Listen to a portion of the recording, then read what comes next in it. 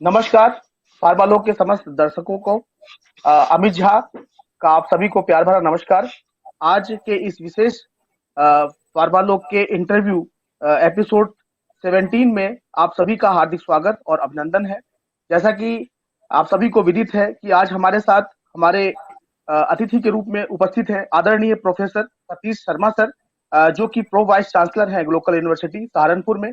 और सर को किसी परिचय की आवश्यकता तो नहीं है, फिर भी मैं सर के बारे में इतना कहूंगा कि सर फार्माकोलॉजी फील्ड के एक जाने माने नाम है। बहुत सारा काम उन्होंने फार्माकोलॉजी सेक्टर में किया है। इसके साथ ही alternative medicine, human values and professional ethics के क्षेत्र में, साथ में स्पिरिचुअल साइंस और योगा मेडिटेशन के क्षेत्र में भी सर का एक बहुत विशिष्ट योगदान रहा है। इसके अतिरिक्त ही सर ने बहुत सारे शैक्षणिक और सामाजिक संस्थानों के रूप में बहुत सारे अलग अलग मुख्य पदों पर अपना योगदान वो दे रहे हैं। और इसके अतिरिक्त ही सर के बहुत सारे रिसर्च पेपर भी रहे, मास्टर्स के भी काफी सारे विद्यार्थी उनके पास रहे। उन्होंने पीएचडी में भी बहुत सारे बच्चों को गाइड किया। तो इस क्रम में आज हमारे साथ उपस्थित हैं आदरणीय professor Satish Sharma sir. Sir, आपका हार्दिक स्वागत और अभिनंदन है फार्मालोक के इस मंच पर। Thank you, thank you. मैं भी आपका, अमित जी का, आप दोनों भाइयों का सादर नमन करता हूं, अभिनंदन करता हूं। धन्यवाद सर। आप आशीर्वाद स्वरूप अगर हमें कुछ कहना चाहें तो आप अपने संदेश हमें दे सकते हैं यहाँ से। उसके बाद हम आपसे आज्ञा लेकर के हम प्रश्नों का सिलसिला शुरू करेंगे सर। बिल्कुल, देखिए, हमें प्रेरणा, ऐसा नहीं है कि प्रेरणा बड़ों से ही मिलती है, प्रेरणा मोटिवेशन छोटों से भी मिलता है। तो आपसे हमारा विशेष प्यार रहा है और आप पिछले 1 दशक से मैं देख रहा हूँ कि अलग-अलग प्लेटफॉर्म से, अलग-अलग तरीके से, विभिन्न गतिविधियों से फार्मा क्षेत्र को, फार्मेसी प्रोफेशन को आगे ले जाने में महत्वपूर्ण भूमिका निभाते आ रहे हैं। और फार्मालोक की स्थापना एक निश्चित रूप से एक साहसिक और अमेजिंग स्टेप है, जो बिल्कुल ही एक नए स्वरूप में जो आपने कार्य लाए हैं। बाकी कॉन्फ्रेंस, सेमिनार सब करवाते रहते हैं, लेकिन आप जो फार्मालोक के माध्यम से सभी फार्मेसी के जो प्रोफेशनल्स हैं, एमिनेंट साइंटिस्ट हैं, एकेडमिशियंस, इंडस्ट्रियलिस्ट, जिनको एक मंच पे लाके और उनकी उपलब्धियां और उनके द्वारा जो उनके एक्सपीरियंसेस हैं, जो उनके एक्सपीरियंसेस फार्मेसी प्रोफेशन के बारे में हैं, उन सबको पूरी दुनिया के समक्ष प्रस्तुत करते हैं। ये एक अद्भुत कार्य कर रहे हैं। आपको बहुत बहुत बधाई। डॉक्टर शैलेश जी को भी बहुत बहुत बधाई। हमारे पड़ोसी हैं वो तो, मदरहुड यूनिवर्सिटी में बहुत है। बहुत धन्यवाद सर। बहुत बहुत धन्यवाद सर। बहुत बहुत धन्यवाद। आपका असीम प्रेम और स्नेह आशीर्वाद है। इसी के कारण ये सब चीज संभव हो पा रहा है। और मैं आपसे अब आज्ञा चाहूंगा सर कि प्रश्नों का जो सिलसिला है वो शुरू किया जाए। जी, अवश्य। बहुत बहुत धन्यवाद सर। सर, जैसा कि आपने प्रोफेशन में तकरीबन 3 से 4 दशक दिया है और एक बहुत बड़ा समय आपने प्रोफेशन की सेवा में अपना व्यय किया हुआ है। और इस अनुभव से ना सिर्फ आज इन अनुभवों को हम जानना चाहेंगे, बल्कि आज आपके व्यक्तिगत जीवन के बारे में भी हम जानना चाहेंगे।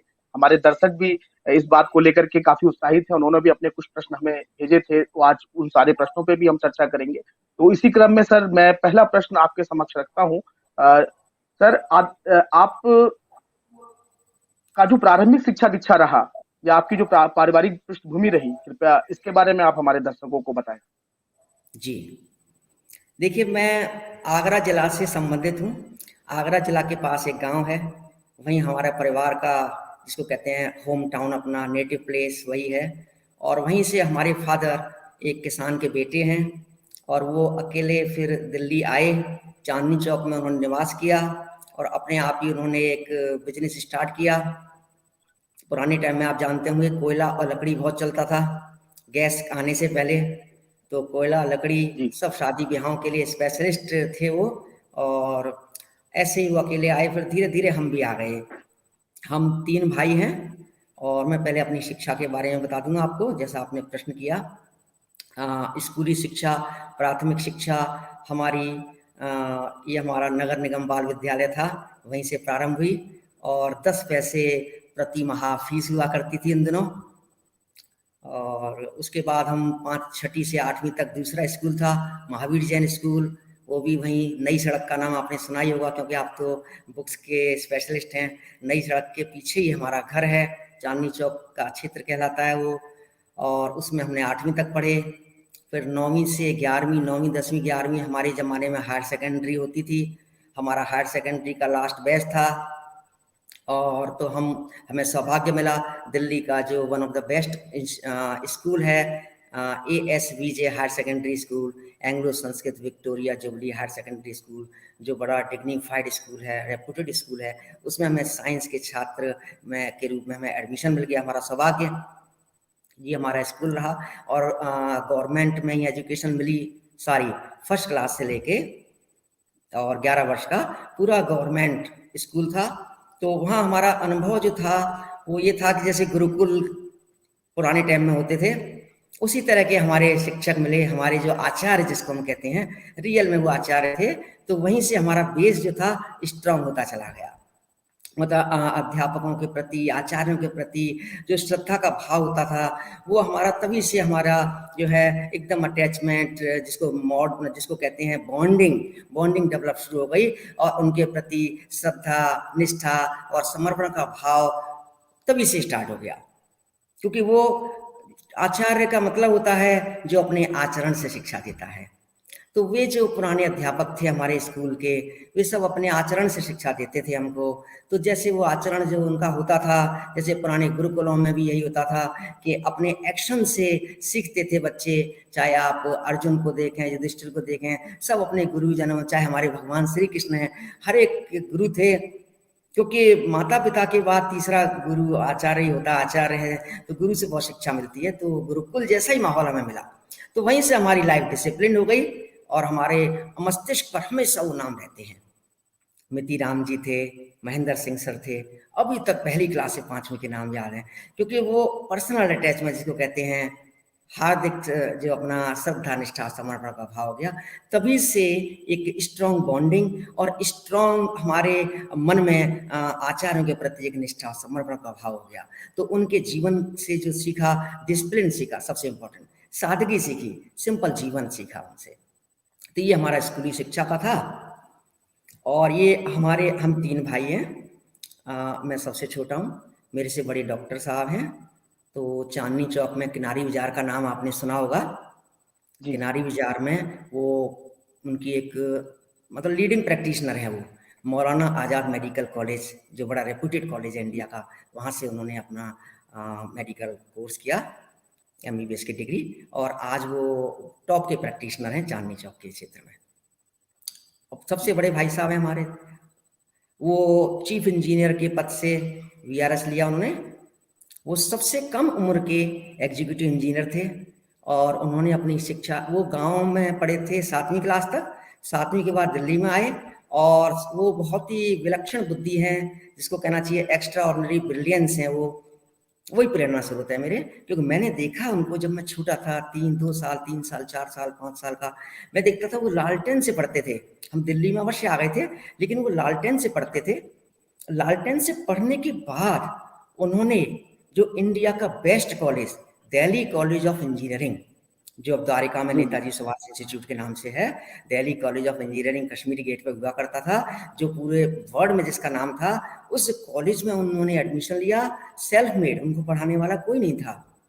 तो जब उन्होंने एडमिशन लिया तो हम देखते थे उनको, तो उन्हीं से प्रेरणा मिली हमें पढ़ने की। जब वो बड़े हो गए तभी उन्होंने लाइट का इंतजाम, पावर का इंतजाम किया, लेकिन हमने देखा कि वो लालटेन से पढ़ रहे हैं। और हमारी टीन की शेड होती थी, छत भी नहीं थी, क्योंकि फादर हमारे बड़े सिंपल से किसान के बेटे थे, स्वयं भी किसान थे। उन्होंने सोचा सभी गांव में रहेंगे तो हम तो अकेले हैं, हमारे लिए टीन की शेड वाला जगह हमारा ठीक है। तो इस तरह से हमारा प्रारंभिक जीवन रहा। ये हमारे भाइयों के बारे में रहा। और मैं जहाँ तक ताल्लुक है, मेरी धर्मपत्नी जी हैं, वो नेचुरोपैथी प्रैक्टिशनर हैं। और मेरे पास एक बेटा है, वो बेटे ने BR किया पहले BBD लखनऊ से, उसके बाद कंस्ट्रक्शन इंजीनियरिंग एंड मैनेजमेंट में उन्होंने IIT दिल्ली से MTech किया। उनका गेट में 4th रैंक था। तो अब वो अपनी प्रैक्टिस कर रहे हैं आर्किटेक्ट की। और हम शालीमार गार्डन में निवास करते हैं, जो दिलशाद गार्डन मेट्रो स्टेशन से करीब 2 किलोमीटर दूर है केवल। और चांदनी चौक हमारा परिवार 70 वर्ष, सन 40 में ही हमारे फादर आ गए थे। तो आप आइडिया लगा लीजिए 60 और 20 80 साल से चांदनी चौक के हम निवासी हैं। तो और चांदनी चौक का कल्चर रियल ट्रेडिशनल कल्चर है। वहाँ जैसा गांव का कल्चर होता है वही कल्चर हमें देखने को मिला। सब एक दूसरे के सगे संबंधी होते हैं। तो वही हमारे संस्कार में आ गया कि सबको अपना समझना, सबको अपना समझना, सबको सहयोग करना, सबको हेल्प करना, सबको प्यार देना, ये हमने सीखा। तो वही चीज़ हमारे संस्कारों में आ गई। तो मैं बड़ा सौभाग्यशाली समझता हूँ अपने आप को कि बड़े भाई साहब के माध्यम से, कि उनकी वजह से मैं पढ़ गया। तो ये हमारा परिवार और स्कूली शिक्षा के बारे में। बहुत बहुत प्रेरणादायक सर, बहुत प्रेरणादायक। आपका आपका जो व्यक्तित्व है, जो सिंप्लिसिटी है आपके व्यक्तित्व की, निश्चित रूप से वो बचपन के उन दिनों से लेकर के और आज तक का जो एक सफर आपने तय किया है, उसमें वो एक कॉमन है। बहुत सारी पद प्रतिष्ठाएं आपको मिली सर, लेकिन आपका जो एक सामान्य रहना, एक जो सामान्य व्यवहार है, एक वो निश्चित रूप से और उभरता चला गया। और आज हम सभी लोग आपसे बहुत कुछ सीखते हैं। आप हम सभी के प्रेरणा स्रोत हैं। बहुत बहुत धन्यवाद सर, एक बहुत अच्छी प्रेरणादायक आपने अपने बचपन की बातें हमें बताई। अब हम सर बढ़ना चाहेंगे अपने अगले प्रश्न की ओर। हमारा जो अगला प्रश्न है सर, हम ये जानना चाहेंगे कि स्कूली शिक्षा के उपरांत फार्मेसी पाठ्यक्रम को किस प्रकार आपने अपना भविष्य बनाने के लिए चुना, और उस समय में जब आप एडमिशन के लिए गए फार्मेसी में, तो क्या क्या चुनौतियां थी आपके सामने में? कृपया इसके बारे में भी हमारे दर्शकों को आप बताएं। जी, देखिए पहले तो मैं ये बताना चाहूँगा कि जब मैंने बताया सौभाग्य मुझे मिला कि हमारे 2 भाई थे जो ऑलरेडी इतने हाईली क्वालिफ़ाइड थे। तो जब कोई बड़ा भाई होता है तो वो डिपेंड रहते हैं छोटे लोग बड़ों पे, तो ज़्यादा चारों तरफ की नहीं सोच पाते हैं। तो ये पॉज़िटिव भी है, नेगेटिव भी है। तो बड़े भाई साहब ने ही मेरे बारे में निर्णय लिया कि जैसे उन्होंने दिल्ली कॉलेज ऑफ इंजीनियरिंग में खुद किया, तो वो भी चाहते थे कि मैं भी दिल्ली कॉलेज ऑफ इंजीनियरिंग से इंजीनियर बनूँ। तो उन्होंने ट्राई किया, लेकिन मैंने कहा कि वो विलक्षण बुद्धि के थे, उनकी प्रतिभा विलक्षण थी। वो तो दिल्ली कॉलेज ऑफ इंजीनियरिंग में एडमिशन ले गए, लेकिन मेरा एडमिशन नहीं हो पाया।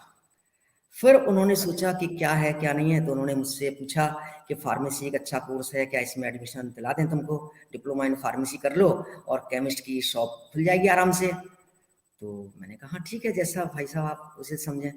तो फिर फार्मेसी कॉलेज में, क्योंकि नंबर भी अच्छे थे हमारे और साइंस के बेस्ट स्कूल में पढ़े थे, तो फार्मेसी में हमारा एडमिशन बड़े आराम से हो गया और इंडिया के one of the best institute में हुआ, कॉलेज ऑफ फार्मेसी, जो जिसका नाम लेते ही मेरे को बड़ा इमोशनल हो जाता हूँ, क्योंकि वहीं से मुझे जो कुछ मिला, जो आप कह रहे हैं सब कुछ वहीं से मिला। पहले हमने डिप्लोमा इन फार्मेसी में एडमिशन लिया, कॉलेज ऑफ फार्मेसी, जिसको आज डिप्सार के नाम से जानते हैं। पहले ये पूसा इंस्टीट्यूट में स्थापित था। तो हमारी पढ़ाई डिप्लोमा 2 साल की और बी फार्म सेकेंड ईयर की पढ़ाई 3 साल की पूसा इंस्टीट्यूट में हुई, जहाँ पर आप जानते होंगे ITI है, पूसा पॉलिटेक्निक भी है, NPL लेबोरेटरी है। पूसा इंस्टीट्यूट एक बहुत बड़ा कैंपस है, बहुत ही रेपुटेड संस्थान वहाँ पर लोकेटेड है, IARI। तो वहाँ पर हमने 3 साल पढ़ाई करी, डिप्लोमा इन फार्मेसी। तो जब हम एडमिशन ले लिया तो हमें बड़ा अच्छा लगा, इंटरेस्ट आया, तो हम धीरे धीरे फार्मेसी पे इसमें आ गए। तो फार्मेसी में एडमिशन के लिए हमें कोई संघर्ष नहीं करना पड़ा, क्योंकि हालांकि कॉलेज कम थे, लेकिन क्योंकि हमारा साइंस का बेस स्ट्रांग था और PCB जो था हमारा वो अच्छा आ रहा था। फिजिक्स में डिस्टिंक्शन थी हमारी हायर सेकेंडरी में। हालांकि उस जमाने में आप जानते होंगे कि डिस्टिंक्शन लेना कितना टफ होता था तो हमारी डिस्टिंक्शन आ गई, निश्चित जो रूप बड़े बड़े थे हमारे साथ। तो ये हमारा फार्मेसी में एडमिशन हो गया और एडमिशन के बाद हमें फार्मेसी बहुत अच्छा लगा। डी फार्म किया हमने, फिर डी फार्म में हमने बहुत अच्छी रैंक थी। डी फार्म में मेरी कॉलेज ऑफ फार्मेसी में, वहाँ तो टॉप क्रीम बच्चे जाते थे, लेकिन अच्छी रैंक आ गई क्योंकि इंटरेस्ट था हमारा और बेस साइंस का स्ट्रॉन्ग था। उसी के बेस पर हमें बी फार्म सेकेंड ईयर में भी एडमिशन कॉलेज ऑफ फार्मेसी में मिल गया। तो जब सेकेंड ईयर के बाद हम थर्ड ईयर में जा रहे थे, उसी समय में ये जो है हमारा पुष्प विहार, आप गए होंगे ऑब्वियसली, कॉलेज ऑफ फार्मेसी पुष्प विहार खानपुर डिपो के पास है, वहाँ उनकी तब तक नई बिल्डिंग हमारी तैयार हो गई थी। तो केदारनाथ साहनी जी ने इसका जो किया था, शिलान्यास किया था, हम गए थे उसमें। तो 1977 टू 79 हमने डी फार्म किया, 1979 टू 1982 हमने बी फार्म किया। भी जैसे, क्योंकि इंटरेस्ट था फार्मेसी में, टीचर्स अच्छे थे और पढ़ाई की तरफ भी ध्यान था, फोकस करके पढ़ते थे, पढ़ाई और खेलना 2 चीज़ में इंटरेस्ट था। तो हमें पूरा मौका दिया, हमारे सभी ने प्रोत्साहित किया, हमारे गुरुजनों ने, आचार्य प्राचार्य ने, जो मुझे अभी भी याद है, डॉक्टर जी.के. नारायणन, जिनको मैं एक अपना आदर्श, वन ऑफ द आदर्श मानता हूँ, जो हमारे प्रिंसिपल थे कॉलेज ऑफ फार्मेसी के, बड़ा प्यार करते थे। तो जब टीचर्स, आचार्यगण प्यार करते हैं, प्रोफेसर, प्रिंसिपल खास तौर से, तो बड़ा मोटिवेशन और इंस्पिरेशन मिलता है। वो केवल बाइक पर ही आते थे देखिए, तो वही प्रेरणा मिलती है, सिंप्लिसिटी की प्रेरणा हमें मिली। डॉक्टर डी के बासु थे प्रोफेसर, वो मेरे एमफार्म के गाइड थे। डॉक्टर एस अग्रवाल जी, जो आप जानते हैं पहले वाइस चांसलर डिप्सरू के रहे और एमटी यूनिवर्सिटी में भी प्रो वाइस चांसलर रहे। डॉक्टर एस अग्रवाल सभी जानते हैं, पूरी दुनिया में इंटरनेशनल फेम के हैं। मुझे सौभाग्य मिला, वो भी मेरे को गाइड थे एमफार्म में। तो ऐसे ऐसे लोग थे, सभी के चेहरे मेरे सामने हैं, सबके नाम मुझे याद हैं, क्योंकि यही सीखा था बचपन से, हमारी जो मजबूत नींव हो गई थी कि गुरुजनों को सम्मान दो, गुरुजनों को सम्मान दो, वही सीखा था। तो फार्मेसी में हमने सब टीचरों को सम्मान दिया। जब सम्मान देते हैं तो सहयोग मिलता जाता है, तो सम्मान और सहयोग की भावना से आगे चलते रहे। एम फार्म में बढ़िया एडमिशन मिल गया हमको, बी फार्म में भी हमने डिस्टिंक्शन ली, तो उसी के बेस पर, बी फार्म के मार्क्स के बेस पर और हमारी परफॉर्मेंस के बेस पर हमने एम फार्म में भी admission college of pharmacy Delhi university में मिल गया।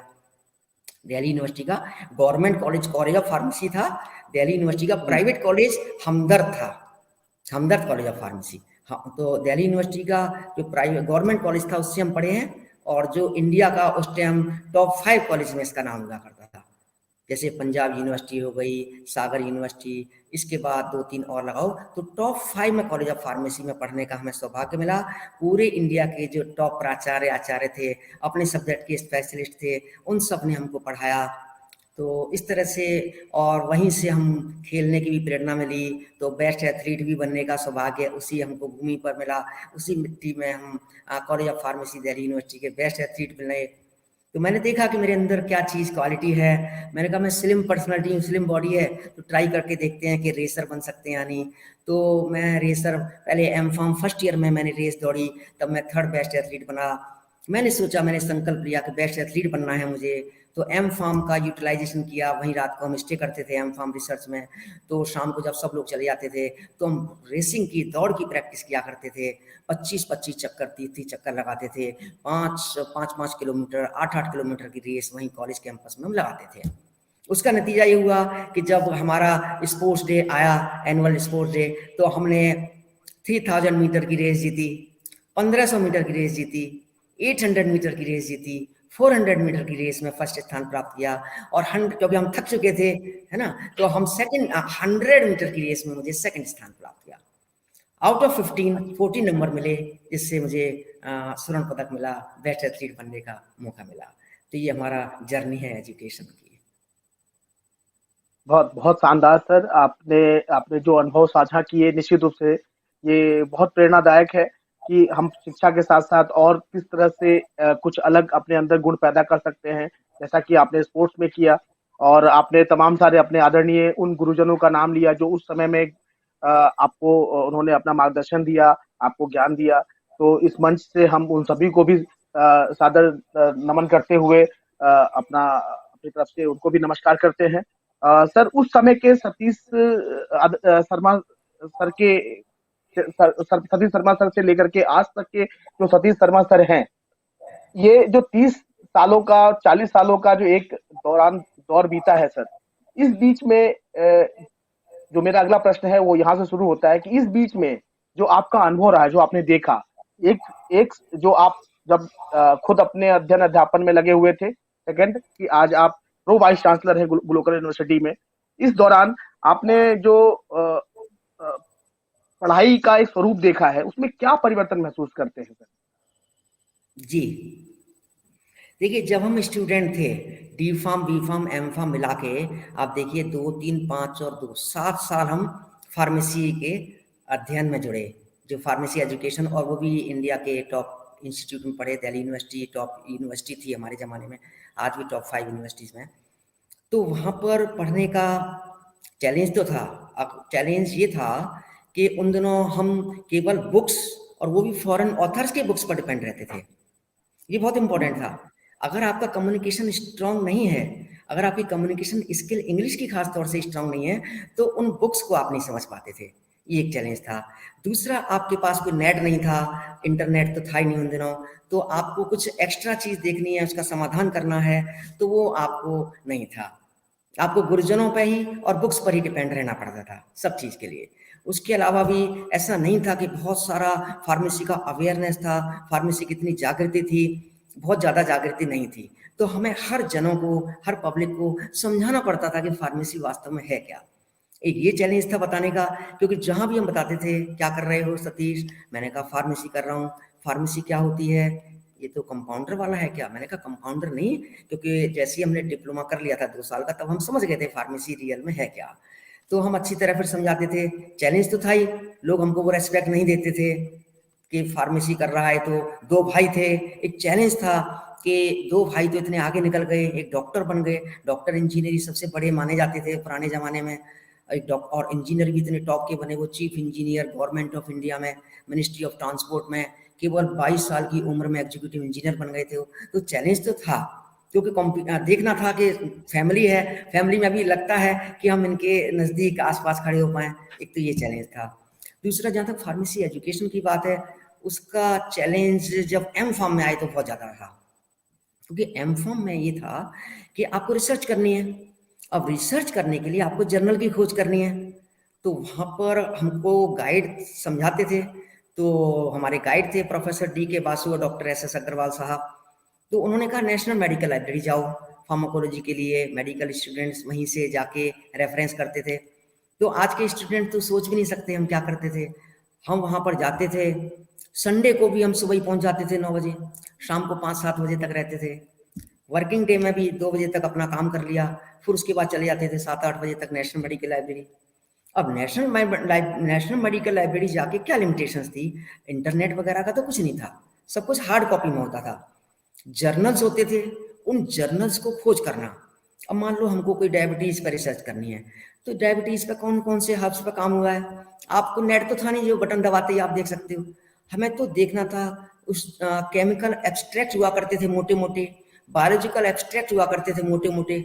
उन्हीं में पूरे दुनिया की रिसर्च जो जर्नलों के महान से जर्नलों के माध्यम से आती थी, उसको संकलन किया जाता था। जैसे संकलन पुराने समय में सब चीज़ का संकलन किया हुआ हमारे शास्त्रों का किया है, इसी का संकलन इकट्ठा किया जाता था। फिर हम इसमें सर्च करते थे डायबिटीज, फिर हम सर्च करते थे हर्ब्स, ये सारी चीज़ सर्च करके जर्नल का रेफरेंस लेके हम अपनी हैंड राइटिंग से पेन से लिखते थे। टाइपिंग का कोई हिसाब नहीं था, कॉपी पेस्ट का कोई हिसाब नहीं था, जर्नल का चीज़ लिखा। अब उस जर्नल को जाके हम सर्च करते थे उसी लाइब्रेरी में। नेशनल मेडिकल लाइब्रेरी बहुत नामी लाइब्रेरी है इंडिया की, पूरे वर्ल्ड में फेमस है। उसमें सारे जर्नल्स मेडिकल के हैं। अब पिछले 50 साल के, 20 साल के, 40 साल के उन जर्नल्स को खोजते थे जाके, ऊपर से नीचे, नीचे से ऊपर। धूल भी होती थी, सब कुछ होता था, लेकिन वही था जर्नल सर्च करना है। उन जर्नल्स को सर्च कर लिया, उन मोटे मोटे जर्नल्स को ऊपर से उठा के नीचे, नीचे से उठा के ऊपर। ग्राउंड फ्लोर भी था, फर्स्ट फ्लोर भी था, सेकंड फ्लोर भी था, और बेसमेंट भी थे 2-2। तो जर्नल्स को सर्च करके फिर सारे फोटोकॉपियर सेक्शन में लाते थे। 10-10 जर्नल को हाथ में लेके उठा के ला रहे हैं, और उनको फिर फोटोकॉपियर के पास भेजा। फोटोकॉपियर कहते थे अभी तो लाइन लगी हुई है, आपका नंबर बाद में आएगा, रख जाइए यहाँ पे। फिर फोटोकॉपी होके वो जर्नल आते थे, हफ्ते 10 दिन में टाइम लगता था कम से कम, तब तक हमें इंतजार करना पड़ता था। 10 दिन लग रहे हैं, 12 दिन लग, फिर वो फोटोकॉपी होके जर्नल की हमें मिलती थी, तो फिर हम वो काम करते थे। कई बार फोटोकॉपी नहीं अवेलेबल होती थी, हमें पूरा कंटेंट पेन से उतारते थे। पूरा जनरल में जो लिखा हुआ अपने पेन से उतारते, क्योंकि जनरल तो हम घर नहीं ले जा सकते। तो ये काम होता था। तो ये एक चैलेंज था, और इस चैलेंज को बड़ी खुशी खुशी एक्सेप्ट किया, और बड़ा अच्छा लगता था काम करते हुए, क्योंकि सभी इसमें ढले हुए थे। हमारे सीनियर थे, हमारे प्रोफेसर भी जाते थे लाइब्रेरी, हम उनको देखते थे। Medical all India institute of medical sciences बगल में ही था, उनके साइंटिस्ट, उनके डॉक्टर्स को देखते थे। तो एक एनवायरमेंट मिला, चैलेंज के साथ साथ एक एनवायरनमेंट मिला, तो एंजॉय किया। इस चैलेंज को हमने एक बोझ नहीं समझा, स्ट्रेस नहीं समझा, एक एंजॉय किया। तो ये एक चैलेंज था। चैलेंज ये था, जैसे मैंने बताया कि हमको बुक्स से ही, और जो हमारे आचार्य बोल रहे हैं उन्हीं के बेस पे हमको अपना एग्जाम देना है। तो बुक्स में जो लिखा हुआ है वो फॉरेन ऑथर्स की बुक्स होती थी, आप जानते हैं मेरे से भी बेहतर अब तो आज की डेट में, क्योंकि इतने आप अनुभवी हो गए हैं बुक्स के मामले में, सब कुछ समझ रहे हैं। पुराने ज़माने में लैकमैन है, मार्टिन है, तो ये सौभाग्य भी कहेंगे हम, क्योंकि लैकमैन, मार्टिन और ये सब पढ़ने का, बर्जर, ये सब पढ़ने का, हार्पर, ये सब पढ़ने का हमें मौका मिला। हर क्षेत्र के Goodman Gilman, B pharm level पर ही हम गुडमैन गिलमैन पढ़ लेते थे, क्योंकि वहाँ माहौल ही ऐसा था। तो चैलेंज के साथ साथ जो अब वही बात है ना कि adversities should be turn into opportunities, तो एडवर्सिटीज को हमने अपॉर्चुनिटीज में कोशिश की टर्न करने की, और उससे रिजल्ट परिणाम आए। लाइब्रेरी बड़ा इंपॉर्टेंट हुआ करता था, लाइब्रेरी बहुत ही इंपॉर्टेंट था, तो तब से अब में ये फर्क है। आई थिंक आपका क्वेश्चन ये था कि अभी तक की पढ़ाई जो आपने पढ़ी वो और आज की पढ़ाई में क्या अंतर है, ये क्वेश्चन था ना आपका? जी जी जी जी सर। हाँ, तो मैं ये बता रहा हूँ हमारी जो पढ़ाई थी उसमें चैलेंज था, बुक्स और प्रैक्टिकल ओरिएंटेड पढ़ाई लिखाई, प्रैक्टिकल पे बहुत ज़्यादा जोर दिया जाता था, जिसकी वजह से कॉन्फिडेंस डेवलप हो जाता था। फार्मेसी तो है ही प्रैक्टिकल ओरिएंटेड, तो प्रैक्टिकल में हमारे अभी भी याद है डॉक्टर A.K. मदान साहब, जो रोहतक यूनिवर्सिटी के डीन रह चुके हैं, वो हमारे को फार्मास्यूटिकल इंजीनियरिंग पढ़ाते थे। और मशीन रूम जो होता था, मशीन रूम लैब जो था, तो उसमें वेंचुरी मीटर, ऑरिफिस मीटर और जो भी मशीन थी, वे खुद अपने हाथ से हमको प्रैक्टिकल समझाते थे। बहुत ही बड़ी बात है कि एक प्राचार्य, आचार्य हमको अपने हाथ से प्रैक्टिकल समझा रहे हैं, इतना एक्सपर्टीज था। क्योंकि मैंने बताया कि इंडिया लेवल के टॉप मोस्ट जो टीचर्स थे, टॉप मोस्ट जो गुरुजन थे, उन्होंने हमें पढ़ाया, उनका प्रैक्टिकल हैंड स्ट्रॉन्ग था। और गवर्नमेंट कॉलेज हुआ करते थे, प्राइवेट कॉलेज तो थे नहीं उसमें, बहुत ही कम थे आएंगे। तो ये चीज था, ये डिफरेंस है। अब आज के युग में क्या है, आज के युग में इंटरनेट है, ये फैसिलिटी मिल गई है, लेकिन उस फैसिलिटी से क्या हुआ, जो बॉन्डिंग है वो कम हो गई है। जो हमारे गुरुजनों की और स्टूडेंट्स के प्रति जो बॉन्डिंग होनी चाहिए वो कम हो गई है। So there is a need to strengthen the bonding between students and teachers. Emotional quotient has declined. There is a need to enhance our emotional quotient as well. तो ये चीज़ों की कमी आई है।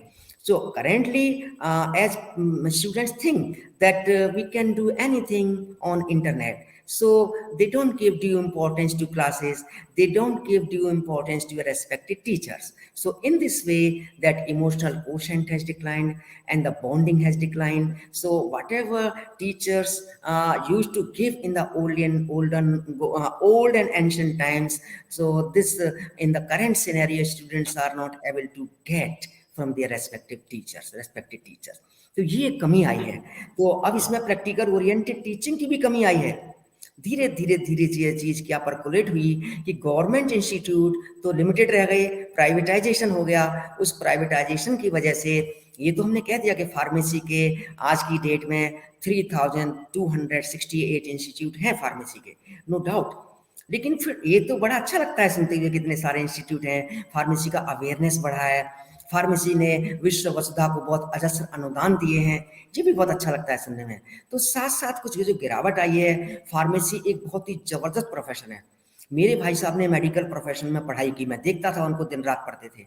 और जब मैंने फिर पढ़ाई की उनके 6 साल बाद, क्योंकि मेरे से 6 साल बड़े हैं वो डॉक्टर, और मौलाना आजाद मेडिकल कॉलेज से डॉक्टरी करना मेडिकल प्रोफेशन में कितना टफ होता था, सप्लीमेंट्री आने का चांस होता था, इतना टफ। ब्रिलियंट माइंड है मेरे भाई साहब, डॉक्टरी करना, आप सोचिए मौलाना आजाद मेडिकल कॉलेज कितनी जबरदस्त कॉलेज है, वहां से MBBS करना अपने आप में ही बहुत बड़ी बात है।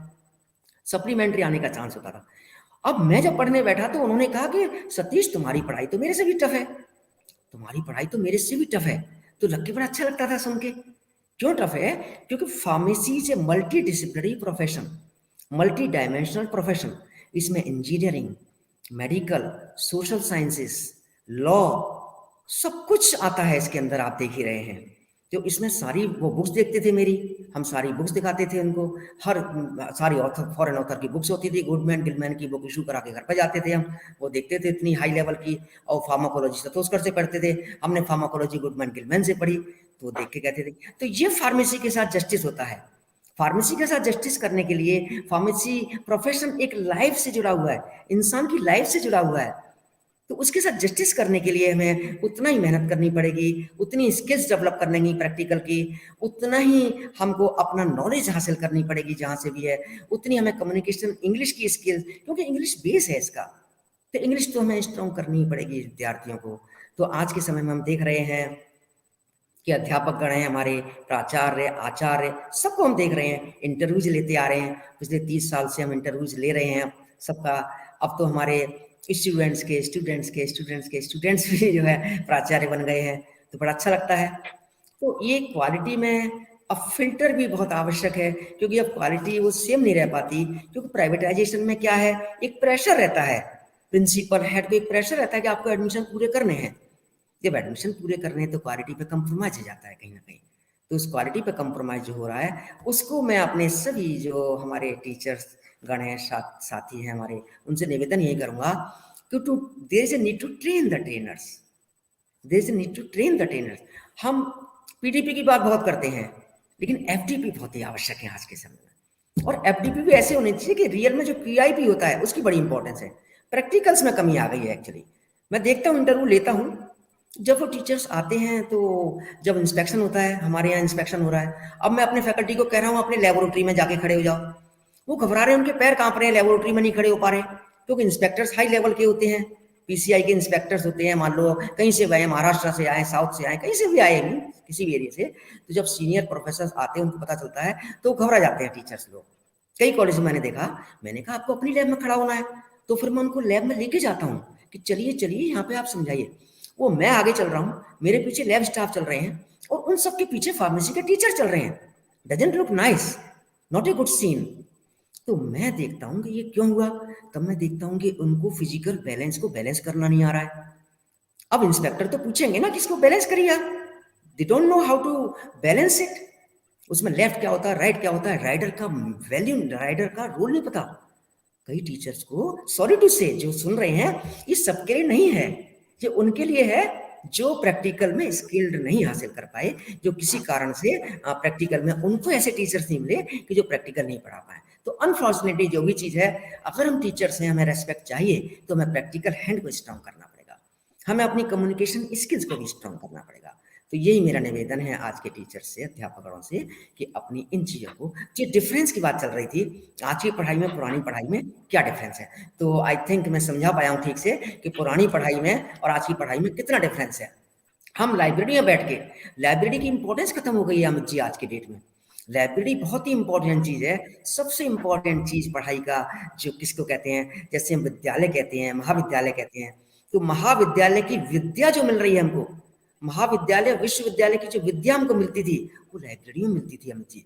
हम लाइब्रेरी में बैठते थे, और लाइब्रेरी में बैठ के हम घंटों घंटों, हमारी लाइब्रेरियां खुलती थी, रात को 10-11-12 बजे तक खुलती थी लाइब्रेरियां। तो हम शाम को तो पूरा टाइट शेड्यूल होता था, 9 बजे से 5 बजे तक का शेड्यूल था पढ़ने का। उसके बाद हम बैठ के, अलग से सेक्शन होता था, डी फार्म लेवल पर भी हम नोट्स बनाते थे। अब तो बच्चों को बताना पड़ता है कि नोट्स बनाओ, नोट्स कैसे बनाते हैं, क्या तरीका है, सब बताना पड़ता है। तो हमारे सीनियर्स को हम बैठा देखते थे, तो सारी चीज अच्छी अच्छी तरह परकोलेट हो गई थी। लेकिन बीच के कुछ पीरियड में, कुछ सालों से, पिछले 2 दशकों से कुछ डिक्लाइन आया है, थोड़ा स्टैंडर्ड ऑफ एजुकेशन में डिक्लाइन आया है। फार्मेसी की बहुत ही जबरदस्त प्रोफेशन है। मैं आपको एक कोटेशन फिर दोबारा से कहूंगा, पहले भी मैं कह चुका हूं आपके साथ, जब भी आपसे साझा करता हूं अपने विचार। Doctors save the life of the patient by prescribing medicine. Doctors save the life of the patient by prescribing medicine. Pharmacist gives life to the medicine. Pharmacist medicine में जान डालता है। आप सही बात। देखिए, अब जान नहीं डाल पाएगा, गलत मेडिसिन बन जाएगी, तो डॉक्टर तो केवल प्रेस्क्राइब कर रहा है। फार्मासिस्ट डायरेक्टर का काम कर रहा है, प्रोड्यूसर का काम कर रहा है, जबरदस्त काम कर रहा है। जो पर्दे पे एक्टर दिखते हैं, हीरो हीरोइन दिखती हैं, लेकिन फार्मासिस्ट नहीं दिखता पर्दे पे। तो हमारी ये जो आप जो काम कर रहे हैं फार्मा लोग के माध्यम से, बहुत ही सराहनीय कार्य कर रहे हैं अमित जी, आपको कोटि कोटि नमन, बहुत अच्छा कार्य कर रहे हैं। तो यही मेरे को निवेदन करना था कि लाइब्रेरी की इंपॉर्टेंस आज की डेट में कम हो गई। लाइब्रेरी में बिठाना मुश्किल हो रहा है बच्चों को। हम लाइब्रेरी के पीरियड रखते हैं, उस टाइम बच्चे कैंटीन में भाग जाते हैं, और हम कह के रखवाते थे लाइब्रेरी का पीरियड रखो। हमारे लिए अमित जी लाइब्रेरी का पीरियड नहीं होता था, हमें 5 बजे के बाद अपने आप ही खोजना पड़ता था, लाइब्रेरी के लिए जाना पड़ता था। तो ये था। अब चांदनी चौक रहते थे, खानपुर डिपो था, तो उसके बाद फिर 8-9 बजे हम कॉलेज से घर के लिए रवाना होते थे। बड़ा अच्छा लगता है बातें करते हुए, बहुत अच्छा लगता है। Thank you. निश्चित रूप से सर, ये आपने जो एक बिंदु रखा कि लाइब्रेरी का एक पीरियड होना चाहिए, बहुत महत्वपूर्ण बात है। सर हमने देखा है कि पीसीआई के सिलेबस में तमाम सारे प्रैक्टिकल्स के लिए या क्लासेस के लिए जैसे पीरियड अलॉट होता है, कंपल्सरी रूप में एक लाइब्रेरी का भी स्ट्रिक्ट अटेंडेंस के साथ एक पीरियड होना चाहिए। मैं इस इंटरव्यू और इस मंच के माध्यम से मेरी भी ये अपील है।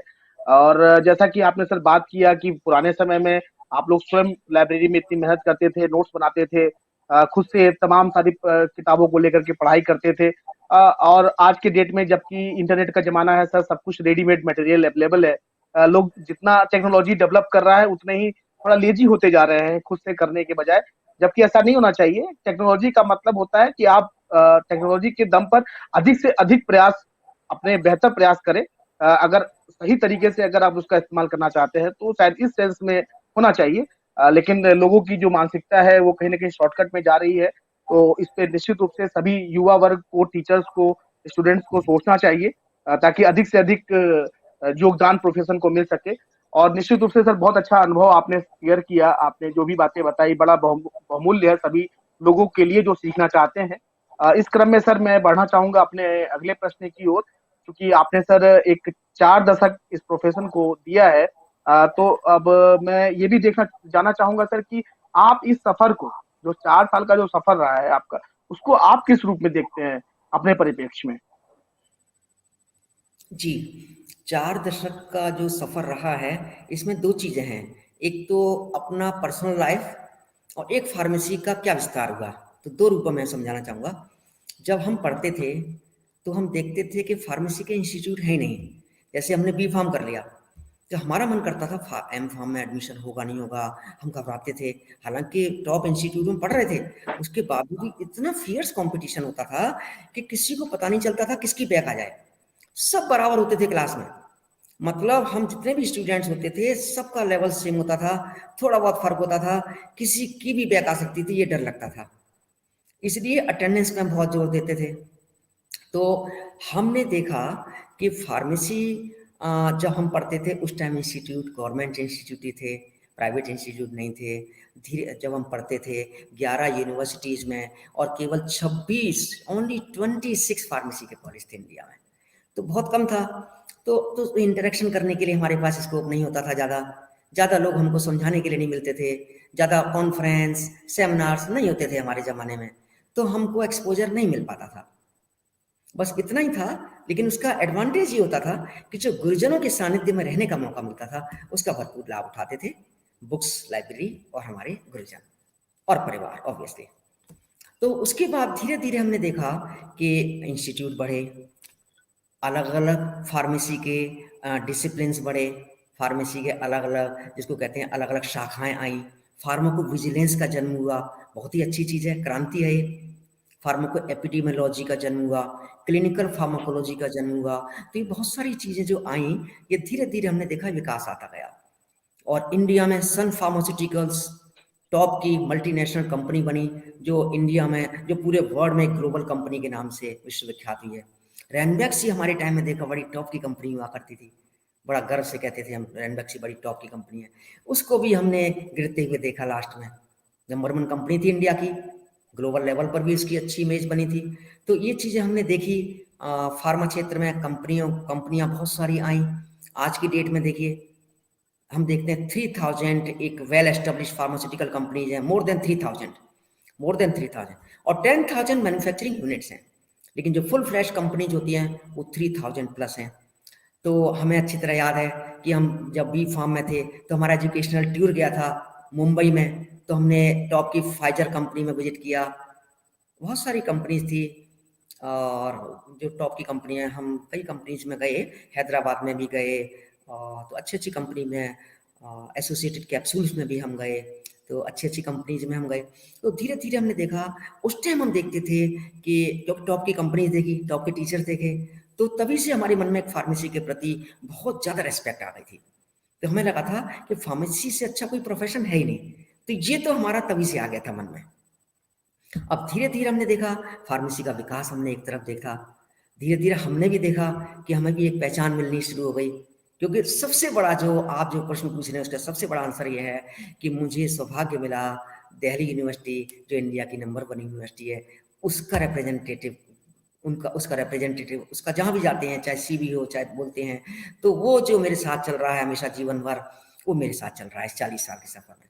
दूसरा, कॉलेज ऑफ फार्मेसी एक रेपुटेड इंस्टीट्यूट है, क्योंकि गवर्नमेंट का इंस्टीट्यूट रहा और स्टार्टिंग के इंस्टीट्यूट में रहा, टॉप मोस्ट प्रोफेसर्स इंडिया के वहाँ जॉब किए, उनका रिजल्ट सब कुछ उनका अलग ही है, उनकी जो डिग्निटी है और जो उनकी जो रेपुटेशन जिसको हम कहते हैं, एक अलग ही चीज़ होती है, मतलब इसको एक अलग तरह का इंस्टीट्यूट कहते हैं। जैसे ऑनेस्टी, इंटीग्रिटी, ये चीज़ें वहाँ से हमने सीखी। कोई रिसर्च में कोई पार्शलिटी नहीं, कोई रिसर्च में कोई मिलावट नहीं, ओरिजिनल काम चलता था वहाँ पर सारा, ये हमने देखा। उसके बाद हमने देखा फार्मेसी की इंडस्ट्रीज आ रही हैं, और फार्मेसी की इंडस्ट्रीज के साथ साथ कम्युनिटी फार्मेसी का जन्म हुआ। फार्मास्यूटिकल केयर, एक फार्मास्यूटिकल केयर बहुत ही इंपॉर्टेंट टॉपिक है, इसके लिए तो अलग से ही सब कुछ होना चाहिए।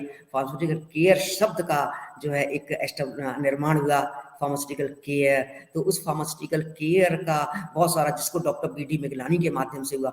हॉस्पिटल फार्मेसी का जन्म हमने देखा 1980 में। हमारे जो मेरे जो जिनको मैं बड़े आदर से सम्मान से नाम लेता हूँ, डॉक्टर बी.डी. मिगलानी, आपने भी नाम सुना होगा। Doctor BD. जी मिगलानी और एस.एल. नासा साहब, इन्होंने हमारे यहाँ, जी हमारे भारत में हॉस्पिटल फार्मेसी का जन्म किया। Indian journal of hospital pharmacy की स्थापना उन्होंने की। मैंने देखा आईपीजीए की स्थापना मेरे समय में हुई, इंडियन फार्मेसी ग्रेजुएट्स एसोसिएशन। ये सब हमारे टाइम में बने, तो हमने देखा फार्मेसी एक चमकता जा रहा है, चमकता जा रहा है, और डे एंड नाइट प्रोग्रेस करता जा रहा है, बड़ा अच्छा लगता था। लेकिन और फार्मेसी के इंस्टीट्यूट प्राइवेटाइज, बहुत सारे इंस्टीट्यूट बन गए, ये भी देख के अच्छा लगता था। तो मैंने देखा फार्मेसी का, तो सबसे बड़ा गवर्नमेंट कॉलेज में पढ़ने का, हालांकि दिल्ली यूनिवर्सिटी में भी मैंने 2 साल एसोसिएटेड फैकल्टी काम किया। उसके बाद फिर जो प्राइवेट कॉलेज में जो मैंने काम किया इतने साल, उसमें बहुत कुछ सीखने का मौका मिला। क्योंकि जब आप प्राइवेट कॉलेज में काम करते हैं तो चैलेंजेस बहुत होते हैं आपके सामने। मैनेजमेंट का चैलेंज होता है, स्टूडेंट जो स्टफ आ रहे हैं वो उस क्वालिटी के, उस लेवल के नहीं होते। लेकिन हमें गवर्नमेंट सीओपी या सागर यूनिवर्सिटी या पंजाब यूनिवर्सिटी, जहाँ से पढ़ के आए हैं, उनके लेवल तक लाने की कोशिश करनी होती है।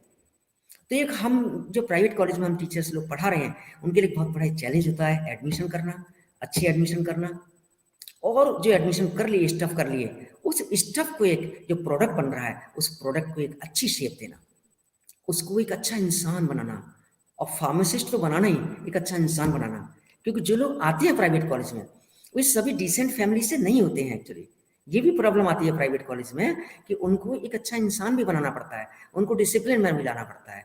तो ये हमारा जो फार्मेसी का जो सफ़र रहा, बहुत ही अच्छा सफ़र रहा। प्राइवेट कॉलेजों में प्राइवेट एक्सपीरियंस जो मेरा है, देखिए 1984 से और अभी तक प्राइवेट कॉलेज में काम कर रहे हैं। 13 इयर्स का इंडस्ट्री में भी काम किया, वो हमारे भाई साहब की कंपनी थी माइक्रो डायग्नोस्टिक, उसमें भी हमने एक क्योंकि फार्मेसी को ये भी मैं संदेश दूंगा इस मंच के माध्यम से कि हमें इंडस्ट्री का अनुभव भी होना चाहिए। क्योंकि फार्मेसी बेसिकली है तो मेरी इंडस्ट्री ही सब कुछ है, इंडस्ट्री ही है, इंडस्ट्री से ही हमारी पहचान होती है। जब मेडिसिन बन रही है तो इंडस्ट्री नहीं बन रही है, जिसको हम कह रहे हैं लाइफ दे रही है पेशेंट को। तो हमारे फार्मासिस्ट भाई एज ए मैन्युफैक्चरिंग केमिस्ट, एक R&D साइंटिस्ट, तो ये सब जो है जो कर रहे हैं हमारे रेगुलेटरी अफेयर्स में, या जो भी हमारे काम कर रहे हैं सब, तो ये सब quality assurance, quality control department, manufacturing department, ये सब जो काम कर रहे हैं हमारे साइंटिस्ट लोग, मैन्युफैक्चरिंग केमिस्ट लोग, तो ये सब जो प्रोडक्शन में काम कर रहे हैं, तो इन्हीं की बदौलत तो पहचान है हमारी फार्मेसी की जो बड़ी है। फार्मेसी की एक पहचान तो पढ़ाई से हो गई, लेकिन उससे बड़ी पहचान की कि हम मेडिसिन बहुत अच्छी बना के लाएं। तो ये फार्मास्यूटिकल इंडस्ट्री जो हमारी डेवलप हो रही है, इनको देख के भी अच्छा लगता है। तो मैं एक संदेश देना चाह रहा हूँ कि हमारे स्टूडेंट्स को भी रेगुलर इंडस्ट्री में विजिट करवाने चाहिए, और हमारे फार्मेसी के टीचर से उनको भी रेगुलर इंडस्ट्री में जाना चाहिए। इंडस्ट्री में जाने के बाद ही हमें कॉन्फिडेंस डेवलप हो पाता है, क्योंकि इंडस्ट्री से हम डिसिप्लिन सीखते हैं, इंडस्ट्री से हम इंस्ट्रूमेंटेशन क्या होता है वो सीखते हैं, इंडस्ट्री से हम रियल में देखते हैं कि एक कॉर्पोरेट वर्ल्ड का एक कल्चर सीखते हैं। मतलब ये नहीं कि 9 to 5 को हम खत्म कर देते, 9 to 5 हमारे दिमाग से निकल जाता है जब इंडस्ट्री में रहते हैं। तो एक मेहनत करने का जज्बा होता है, क्योंकि बीच में जो हमारे टीचर्स ये समझने लगे थे फार्मेसी एक इजी प्रोफेशन है, सिंपल है, इजी लाइफ है, सिंपल लाइफ है, कंफर्टेबल लाइफ है, मेहनत नहीं करनी पड़ती। इसलिए मैं इंटरव्यू लेता हूँ, ठीक है ना, तो इसमें बहुत सारे 50% लोग ये बोल जाते हैं कि फार्मेसी प्रोफेशन इसलिए चूज कर रहे हैं कि यहाँ हमको ज़्यादा मेहनत नहीं करनी पड़ेगी। जस्सी अजीब सा लगता है सुन के, कि बिना मेहनत करने के लिए आप आ रहे हो। तो मैं फार्मासिस्ट भाइयों से, अपने फैकल्टी से, स्टूडेंट से निवेदन करूंगा कि अभी से ये हार्ड वर्कर होने की आदत डालें, हार्ड वर्क को अपने जीवन का अविच्छिन्न अंग बनाएं, क्योंकि हार्ड वर्क ही सफलता की कुंजी है। तो यही संदेश मैं देना चाह रहा हूँ। मेरा बड़ा अच्छा सफर रहा, मुझे बहुत अच्छा सम्मान मिला, सहयोग मिला, क्योंकि मैंने दूसरों को सम्मान दिया, इसलिए मुझे सहयोग भी बहुत मिला।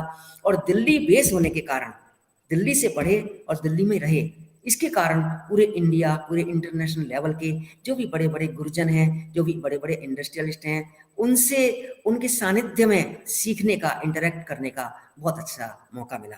तो मैं तो यही कहता हूँ कि फार्मेसी मेरे लिए एक वरदान साबित हुआ है। Thank you. निश्चित रूप से सर, बहुत विस्तार से और बहुत ही गहराई में उतर के आपने अपनी भावनाओं के साथ अपनी बातों को रखा। सर, मैंने जितनी बातें अभी आपसे जानी है या सीखी है, उसमें मुझे कुछ बहुत ही कॉमन चीजें पता लगी। जैसे आपने गुरु शिष्य परंपरा को आज तक अपने अंदर समेट के रखा हुआ है, ये आप उसके एक जीवंत उदाहरण हो। निश्चित रूप से सर, गुरु शिष्य की परंपरा ही एक ऐसा आधारशिला होता है जिससे किसी भी नए बच्चे का भविष्य निर्माण बहुत आसानी से हो सकता है। और संबंधों की जो एक चरम पराकाष्ठा होती है गुरु शिष्य संबंधों की, वो भी एक बन के रहती है। तो इस पे जोर देना चाहिए। और वैसे भी सर, फार्मेसी प्रोफेशन, आपने बिल्कुल सही कहा कि व्यवहारिकता में प्रैक्टिकल का एक कार्य क्षेत्र है। और प्रैक्टिकल का कार्य क्षेत्र चाहे वो कॉलेज के अंदर लैब से जुड़ा हुआ हो, चाहे इंडस्ट्री में जाकर के वहाँ का जो कार्य प्रणाली है उसको सीखने का हो, निश्चित रूप से दोनों स्तर पर हमारे बच्चों और गुरुओं को जाकर के ये देखना चाहिए और सीखना चाहिए, क्योंकि व्यवहारिक ज्ञान से ही हम और अधिक सक्षम और अधिक बेहतर तरीके से समाज को अपनी सेवाएं दे सकते हैं। बहुत ही अच्छा आपने सर अपना उत्तर दिया इस सारे प्रश्नों का। हम अब बढ़ेंगे अगले प्रश्न की ओर। सर, आप स्वयं आज जिस पद और प्रतिष्ठा के साथ हैं, इतना लंबा समय आपने प्रोफेशन को दिया है, तो आप स्वयं हम सभी तमाम सारे लोगों के प्रेरणा स्रोत है।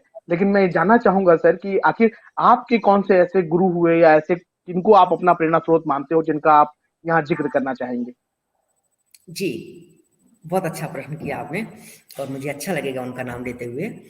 मैंने अभी एक बार जिक्र भी किया उनके गुरुजी का, जब मैं सबके नाम ले रहा था। उनमें से ही एक मेरे प्रेरणा स्रोत हैं, श्री SL नासा साहब, श्यामलाल नासा जी, मिस्टर श्यामलाल नासा जी। ये, इनका सानिध्य मुझे 1977 से मिल रहा है, 1977। जब से मैं फार्मेसी में डिप्लोमा किया, तभी से मैं इनके सानिध्य में हूँ। इनकी simple life, simple living, high thinking, सादगी वाला जीवन, हम्बलनेस, जेंटलनेस। देखिए, मैं उनका उदाहरण इसलिए दे रहा हूँ कि वो बहुत बड़े साइंटिस्ट नहीं हैं, वो बहुत बड़े एजुकेशनिस्ट नहीं हैं, उनका एमिनेंट एकेडमिशियन नहीं कह सकते उनको। उनको चाहे आप बेशक रिसर्चर ना कहिए, लेकिन वे एक फार्मेसी जगत के एक जबरदस्त, मैं कहूँगा, क्या कहें, सब कुछ है वो फार्मेसी जगत के, एक टॉप पर्सनालिटी है, मैं ये कहूँगा। जाइंट है, जाइंट है, फार्मेसी जगत के एक जाइंट है, टॉप मोस्ट पर्सनालिटी है। क्यों है टॉप मोस्ट? अब मैं इस पे बात पे आपको चर्चा करूंगा। कोई भी, अब व्यक्ति को महान कौन बनाता है? व्यक्ति को महान उसके गुण बनाते हैं, पढ़ाई लिखाई नहीं बनाती है, खेल नहीं बनाता है। हैंसी क्रोनिया का आपने नाम सुना है। हैंसी क्रोनिये बेस्ट ऑलराउंडर थे, जिसने साउथ अफ्रीका की टीम को नंबर 1 के क्षेत्र पे ले आए थे। मुझे क्रिकेट का, सारे स्पोर्ट्स का बहुत शौक है। मैं देखता था हैंसी क्रोनियो को मैं अपना आइडियल मानने लगा था। लेकिन जब पता चला कि वो तो मैच फिक्सिंग में उनका तो नाम आ रहा है, उन्होंने तो ऐसे ऐसे कार्य किए, तब मुझे अपना डिसीजन चेंज करना पड़ा। तो SL नासा जी को मैं 1977 से देख रहा हूँ। आप देखिए, 77 से आज तक समझेंगे 40 ईयर्स, 4 दशक से ज्यादा मैं उनको देख रहा हूँ। और इतना सिंपल जीवन उनका। वे हमें पढ़ाने आते थे, जब वो हमें पढ़ाते थे वो डेमोन्स्ट्रेटर थे। डेमोन्स्ट्रेटर क्यों? क्योंकि वो बी फार्म थे, एम फार्म क्योंकि कॉलेज ऑफ फार्मेसी में आया था 1981 में, तो फिर 1981 से 83 के बैच में उन्होंने एम फार्म किया, वे फिर लेक्चरर बने इस तरह से। लेकिन जब वो पढ़ाते थे तो उनका सबसे बड़ी चीज जो थी, वो बिल्कुल एक अटैचमेंट भाव से करते थे। कोई भी उनके पास बहन जाए, बिल्कुल फ्रेंडली वे में, बिल्कुल परिवारी तरीके से, जैसे गार्जियन अपने बच्चे को समझाता है ऐसे समझाते थे। तो ये बहुत बड़ी क्वालिटी होती है। आज की डेट में भी 85 ईयर्स की एज है उनकी, ही मस्ट बी अराउंड 85, बहुत बड़ी बात होती है। मैं जाता हूँ जब उनसे मिलने, तो वही बात करते हैं बिल्कुल, सतीश मिलने नहीं आया, बहुत दिन बाद आया सतीश मिलने, और सब कैसे हैं? मतलब बिल्कुल ऐसे भाव से बात करते हैं जैसे मैं पता नहीं बिल्कुल उनका सगा बेटा हूँ, ऐसे बात करते हैं। और उनसे कुछ भी कहो, हर चीज़ में हेल्प करने को तैयार हो जाते हैं। उनसे कोई एड्रेस माँगो, उनसे कोई फ़ोन नंबर माँगो, उनसे कोई और मदद माँगो, हमेशा रेडी है वो। और आज भी देखिए कर्मयोगी की तरह कार्य कर रहे हैं। वे रजिस्ट्रार हैं दिल्ली फार्मेसी काउंसिल के। उनकी इतनी शिष्य हैं आप सोच नहीं सकते। और जो भी फार्मेसी की टॉप मोस्ट उपलब्धियां या जो भी किसी चीज की उपलब्धियां हो सकती हैं वो उन्होंने हासिल की, क्योंकि इंडियन फार्मास्यूटिकल कांग्रेस के प्रेसिडेंट रह चुके हैं वो। ये बहुत बड़ा सौभाग्य होता है कि इंडियन फार्मास्यूटिकल कांग्रेस जो पूरे इंडिया की एक जो बहुत बड़ा ऐसा इवेंट होता है, जो सबसे बड़ा इवेंट कहा जाता है, गरिमामय इवेंट होता है, सबसे बड़ा इवेंट कहा जाता है, उस इवेंट का प्रेसिडेंट होना, इंडियन फार्मास्यूटिकल कांग्रेस एसोसिएशन के प्रेसिडेंट रह चुके हो। इंडियन हॉस्पिटल फार्मेसी, तो हॉस्पिटल फार्मेसी की स्थापना इन्होंने की, वो आज प्रेसिडेंट हैं, उसके संस्थापक हैं वो। और वे हमारे ideal, one of the ideal doctor B D Miglani के सानिध्य में उन्होंने काम किया। तो वो बिल्कुल जमीन से लगे हुए कार्यकर्ता हैं, एक कर्मयोगी हैं, बहुत बड़ी, मैं तो साधक कहता हूँ उनसे, क्योंकि उनको मैंने खुद देखा, जो उनके सीनियर टीचर थे, लैब में हमारे सामने उनको डांट रहे थे। मतलब कहना नहीं चाहिए, मैं शेयर कर रहा हूँ, लेकिन वो बिल्कुल उनको कोई फर्क नहीं पड़ा। डांटने से मतलब थोड़ा सा कुछ कह रहे थे, थोड़ा गुस्से में ना कुछ कह, होता है ना किसी किसी टीचर को ईगो आ जाता है, लेकिन उन्होंने कुछ भी ध्यान नहीं दिया उस चीज को। जैसे कहते हैं मैं तो ध्यान ही नहीं दिया, खराब चीज पर ध्यान नहीं देते हैं, बड़े लोगों की, महान लोगों की यही पहचान है। तो मैं उनको बड़ी बारीकी से, जब स्पोर्ट्स में मैं रेस दौड़ रहा था तो मुझे प्रोत्साहित कर रहे थे, कमेंट्री देने पहुंच गए। बताइए, उनको कोई ईगो नहीं थी, बिल्कुल ईगो, मतलब नो ईगो, ये कहें तो पहली सबसे बड़ी पहचान तो हमारी ऊपर ले जाने की, ईगो नहीं होनी चाहिए हमारे अंदर, ईगो लेस होना चाहिए इंसान को, वो मैंने उनके अंदर देखा। सादगी भरा जीवन इंसान का होना चाहिए, वो मैंने उनके अंदर देखा। हेल्पिंग नेचर होना चाहिए इंसान का, वो देखा। बॉन्डिंग कैसे स्ट्रांग होती है टीचर स्टूडेंट की, वो मैंने उनके सानिध्य में सीखा। तो इसलिए वो मेरे आदर्श हैं, इसलिए वो मेरे रोल मॉडल हैं। निश्चित रूप से sir, S L NASA sir का जो आज एक उनकी उम्र है, जो एक उनका योगदान है, उस उम्र के हिसाब से वो बहुत बड़ा है। और उनके जो कार्य हैं, वो उनको निश्चित रूप से कर्मयोगी शब्द आपने उनके लिए इस्तेमाल किया, निश्चित रूप से वो कर्मयोगी है अपने फार्मेसी क्षेत्र के लिए।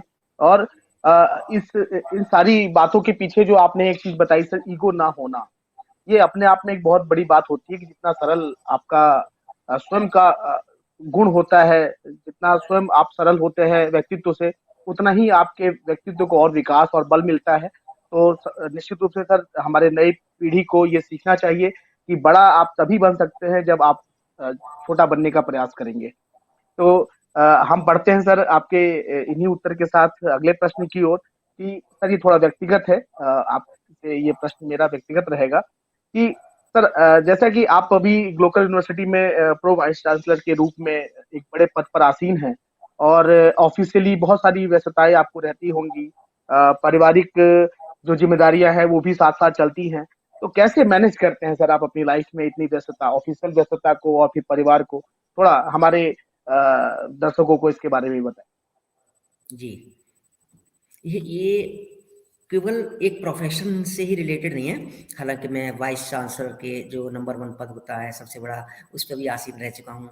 तो वही मैंने कहा कि हमारे गुरुजनों से हमने ये सीखा कि ईगो नहीं आनी चाहिए, पहली चीज़ तो ये सीखी। अब जब ईगो नहीं आएगी आपके अंदर, तो आपका मस्तिष्क शांत होने में आपको मदद मिलेगी। जब आपका मस्तिष्क शांत होगा तो आपका ये हेल्प करेगा आपको फैमिली लाइफ में। तो मैं यहाँ जो अभी तक, और इसको हम कहते हैं लाइफ स्किल्स, जीवन जीने की कला। हम सभी इंसान, हम सभी मनुष्य, सभी स्टूडेंट्स, सभी भाइयों के अंदर सबसे बड़ी जो इम्पोर्टेंट क्वालिटी आनी चाहिए, जीवन जीने की कला। हमें परमपिता परमात्मा ने ये जीवन दिया है, लेकिन ये जीवन हमारा 80 वर्ष का, 90 वर्ष का ऐसे ही चला जाएगा बिना जीवन जीने की कला सीखे, तो ये तो जीवन का सार्थकता नहीं हुई ना। जो पर्पज ऑफ लाइफ है वो तो डिफीट हो गया। हमने सारा जीवन स्ट्रेस में, डिप्रेशन में, ईगो में, दूसरे से जेलस में बिता दिया, और इसी चीज में लगे रहे हैं हम, संघर्ष में लगे रहे, संघर्ष में लगे रहे, तो जीवन की सार्थकता तो नहीं आई। तो हमें हमें जीवन जीने की कला सीखनी पड़ेगी। और ये मेरे को सौभाग्य मिला, मैं युग तीर्थ शांति कुंज से जुड़ा हूँ जब से, तभी से मुझे सौभाग्य मिला। और जब से मेरी शादी हुई तो मेरी धर्मपत्नी जी हैं, उनसे भी मुझे ये जो इसको स्पिरिचुअल लाइफ कहते हैं, ये स्पिरिचुअल लाइफ उनसे मेरे सीखने का मेरा मौका मिला। वो शांति कुंज से जुड़ी थी, उन्होंने मुझे शांति कुंज भेजा, मैं शांति कुंज गया। वो आध्यात्मिक केंद्र है बहुत बड़ा, तो वहाँ जाके पॉजिटिव वाइब्रेशन देखी। हमने उनके सत्र अटेंड किए, 5 दिन के जो भी सत्र होते हैं टीचिंग, स्पिरिचुअल टीचिंग के, वो अटेंड किए। तो उसमें हमने यही सीखा कि हम इंसान कब कहलाने के लायक हैं, इंसान की सार्थकता किस चीज़ में है, कि अगर हम वैल्यूएबल टू द सोसाइटी हैं। वैल्यूज क्या होती हैं? जीवन जीने की कला सीखने का पहला सूत्र है कि हम सीखें कि इंसान की परिभाषा क्या है। जीवन क्या है? इंसान की परिभाषा है जिसके अंदर इंसानियत है। इंसानियत फिर कैसे ला पाएंगे? जब हमारे अंदर वैल्यूज होंगी। वैल्यूज का मतलब क्या होता है? वैल्यूज क्या होती हैं? वैल्यूज होती हैं जो इंसान को वैल्यूएबल बनाती हैं। फैन है, पंखा चल रहा है, पंखा है, पंखा वैल्यूएबल कब है? पंखे की इंपॉर्टेंस कब है? जब ये बिना आवाज करे हुए हमको ठंडक दे हमें, तो ये वैल्यूएबल है। तो ये वैल्यूएबल हमारे लिए वैल्यूएबल बनता है। ऐसे ही हमारे गुरुजन वैल्यूएबल होते हैं जो अपना ज्ञान हमें दे पाते हैं। ऐसी बुक्स हमारे लिए वैल्यूएबल होती हैं। हमारे लिए पेन है, पेन वैल्यूएबल तब होगा जो अच्छी राइटिंग दे पाएगा।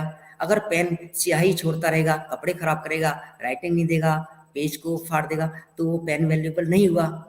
ऐसे इंसान को वैल्यूएबल होना पड़ता है। और ये हम भूल जाते हैं कहीं ना कहीं। ये तब हम सीख पाते हैं जब पहले अंतःकरण में देखें। हम बाहरी दुनिया को देख के जी रहे हैं, ये हमें छोड़ना होगा। इस मंच के माध्यम से जो मैंने कुछ सीखा है लाइफ में, जीवन जीने की कला सीख पाया हूँ, मैं सौभाग्यशाली समझता हूँ। शांति कुंज के माध्यम से मैंने सीखा कि हमें पहले अपने आप को पहचानना है। मैं कौन हूँ, मैं क्या हूँ, हु एम आई। ये बड़ा इंपॉर्टेंट मैंने फ्रेज बोला है, हु एम आई। बड़ा इंपॉर्टेंट क्वेश्चन मैं जनरल पब्लिक को आज दे के जा रहा हूँ, हु एम आई।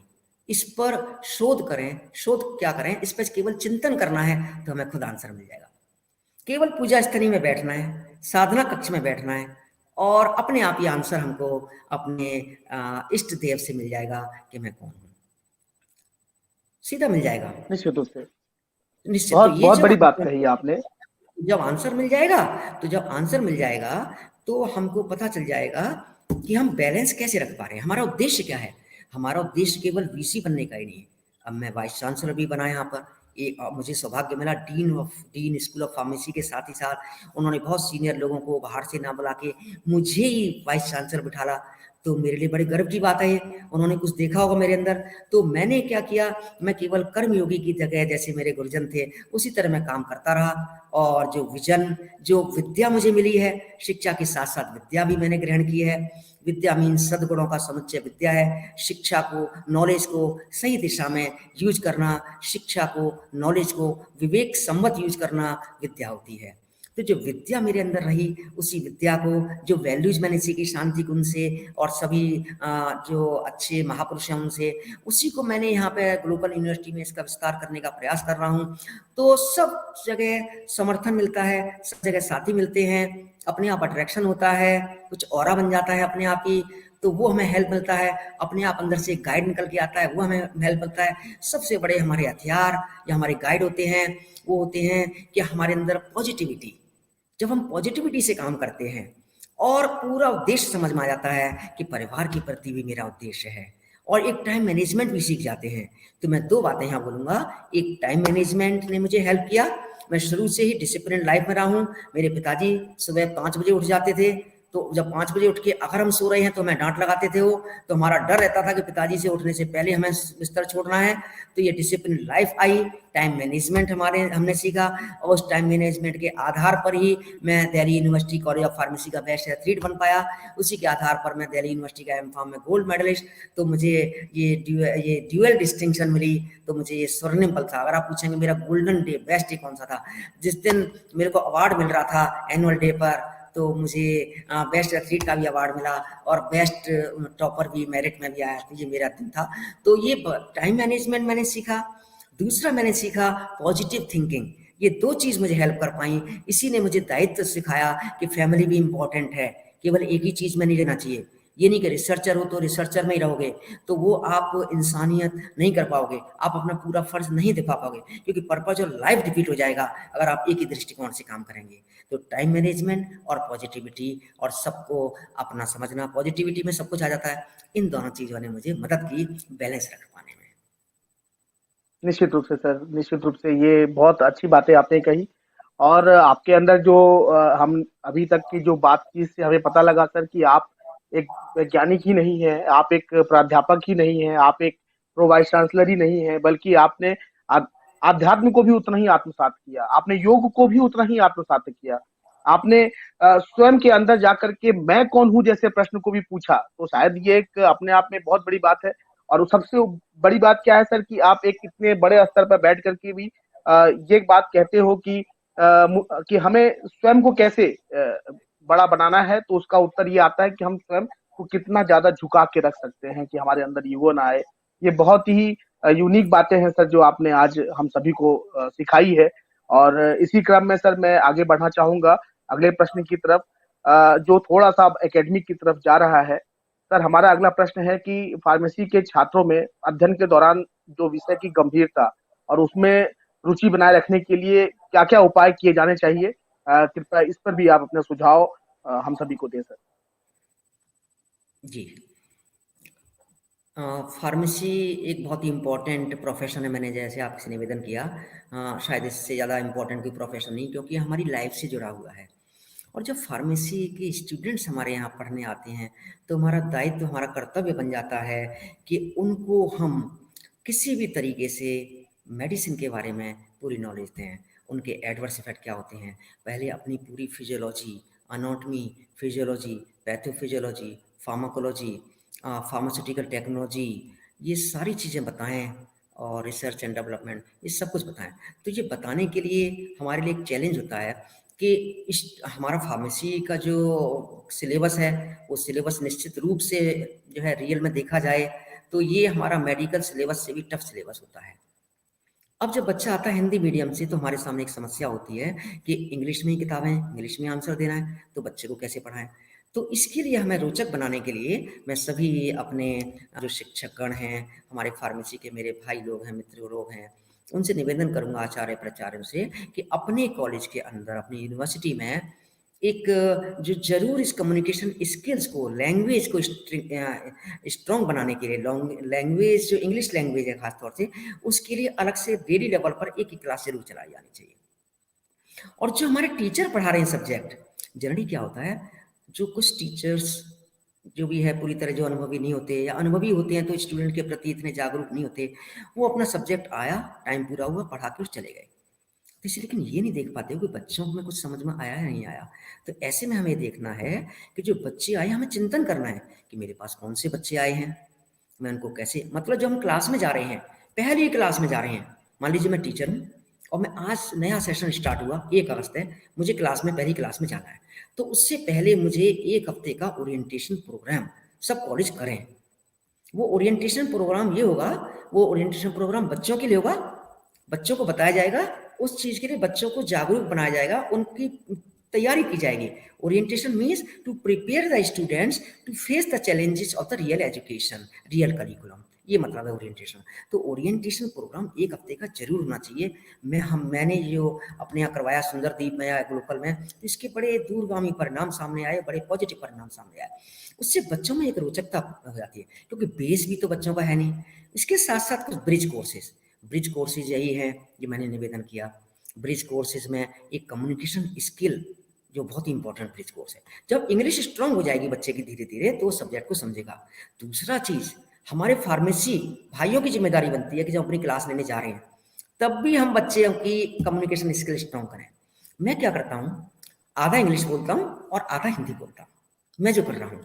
लेकिन जब हमारे यहाँ ग्लोबल यूनिवर्सिटी में इंटरनेशनल स्टूडेंट पढ़ रहे हैं, तो मजबूरी है कि इंग्लिश ही बोलना, मजबूरी है।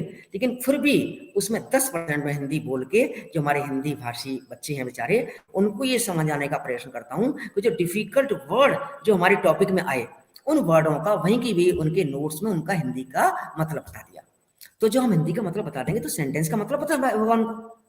जब हम हिंदी बताएंगे तो उसका सेंटेंस का मतलब समझ में आ जाएगा। ये चीज। दूसरी चीज, तो 3 चीज़ें हुई इसमें, पहला ओरिएंटेशन प्रोग्राम, दूसरा जो हम डेली क्लास लेने जा रहे हैं उससे पहले एक होमवर्क, तीसरी चीज़ उस होमवर्क का सही क्रियान्वयन अपनी क्लास में, उस क्लास को पूरा डिवाइड करना है। पहले देखना है मेरी क्लास में किस टाइप के बच्चे हैं। 3 तरह के बच्चे होते हैं जनरली, ठीक है ना। मीडियोकर स्टूडेंट्स होते हैं, एवरेज स्टूडेंट हो गए, बिलो एवरेज हो गए और अबव एवरेज हो गए। 3 को डिवाइड करो तो बिलो एवरेज स्टूडेंट है, उसके लिए चैलेंज होता है हम टीचर्स के लिए। उसको पढ़ाने के लिए अलग से भी कुछ ट्यूटोरियल क्लासेस लगानी चाहिए, उनको अलग से भी काउंसलिंग सेशन करना चाहिए रेगुलर, हर क्लास के मेंटर्स होने चाहिए। और अपने सब्जेक्ट को रोचक बनाने के लिए हमको एप्लीकेशन ओरिएंटेड टीचिंग करनी चाहिए। मैकेनिज्म कैसे हो रहा है, जो भी काम हो रहा है, और बड़े बड़े साइंटिस्ट जिन्होंने इस चीज़ का आविष्कार किया उनका नाम लेना चाहिए हमको। कैसे, जैसे ड्रग फॉर्मुलेशन बड़ा इंपॉर्टेंट है, क्या होती है नोवेल ड्रग डिलीवरी, बड़ी इंपॉर्टेंट चीज़ है। अब कैंसर है तो कैंसर के बारे में समझाएं, डायबिटीज है डायबिटीज के बारे में। एप्लीकेशन ओरिएंटेड टीचिंग होनी चाहिए। फार्माकोग्नोसी इतना इंपॉर्टेंट सब्जेक्ट है, ये इसमें रोचकता खत्म होती जा रही है हमारे विद्यार्थियों की और टीचर्स की भी।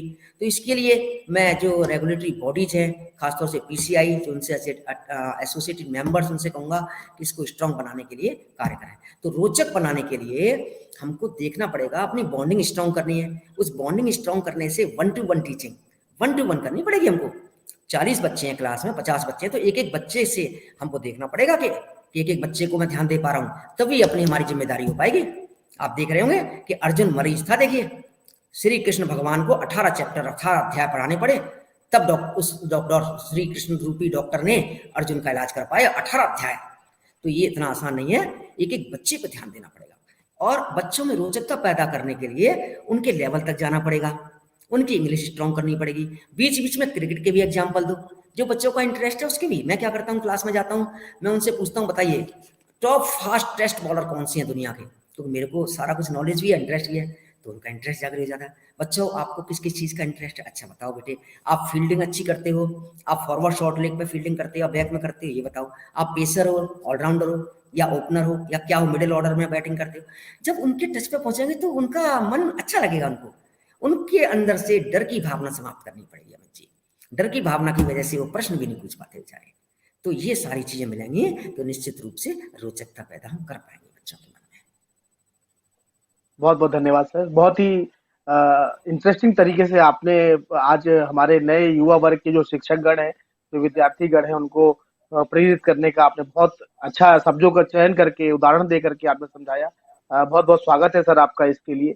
सर एक अगला प्रश्न जो हमारा है वो थोड़ा फार्मेसी और आयुर्वेद के संबंध में है कि सर आयुर्वेद की पुनर्स्थापना में फार्मेसी रिसर्च के योगदान को आप किस प्रकार देखते हैं? हमारे जो नए रिसर्चर हैं उनके लिए क्या संभावनाएं और कठिनाइयां हैं? थोड़ा हमारे दर्शकों को इसके बारे में भी अवगत करें sir.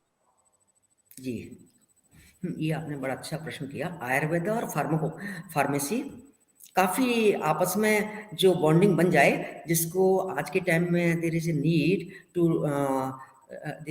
To implement the strategy of doing multi disciplinary research.